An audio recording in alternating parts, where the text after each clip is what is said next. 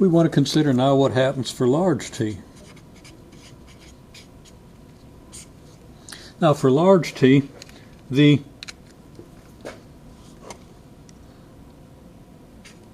t squared k becomes dominant. This term takes precedence over everything else. We are going around a circle, and we're moving up at the same time. We're moving up faster and faster, and there's no limit to how fast we can move upwards.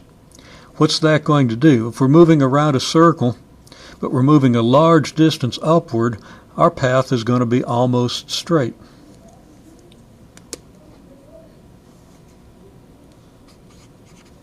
So the path becomes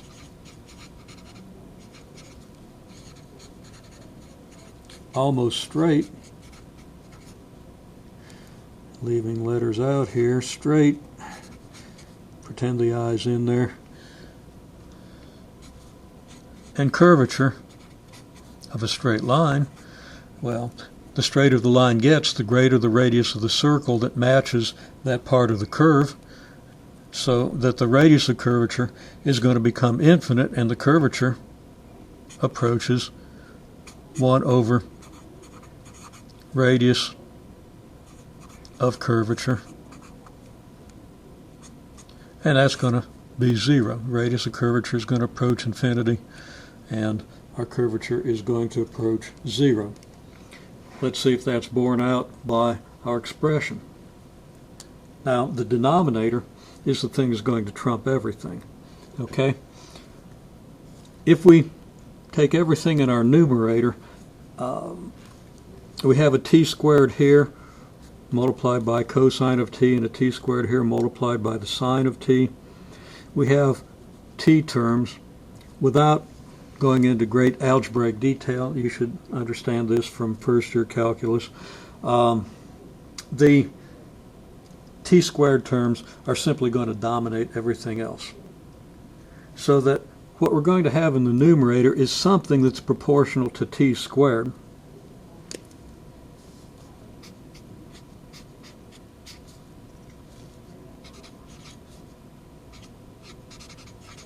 The numerator is proportional to t squared.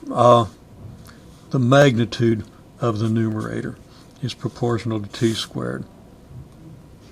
The denominator is going to be proportional to the square of t squared.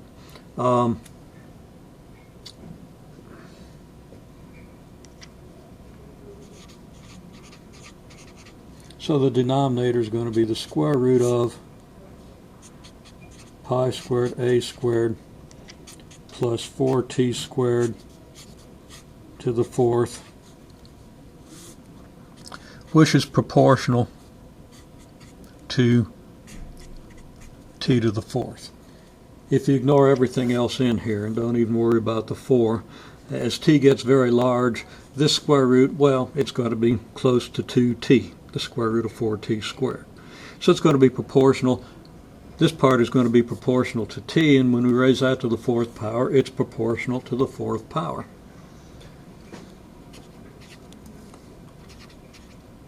So we can simply say, with a little hand waving, as t goes to infinity,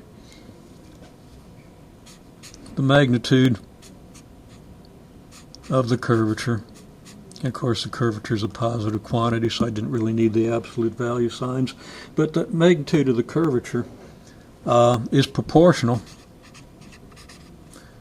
to t squared over t to the 4th, which is 1 over t squared, and that approaches 0.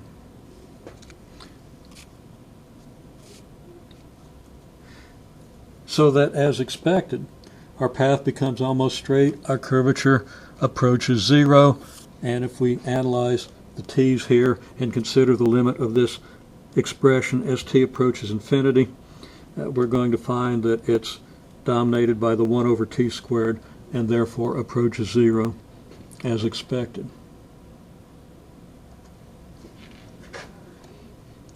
Any error I might have made in getting this expression, and as seen in the previous clip, I believe there is some sort of an error.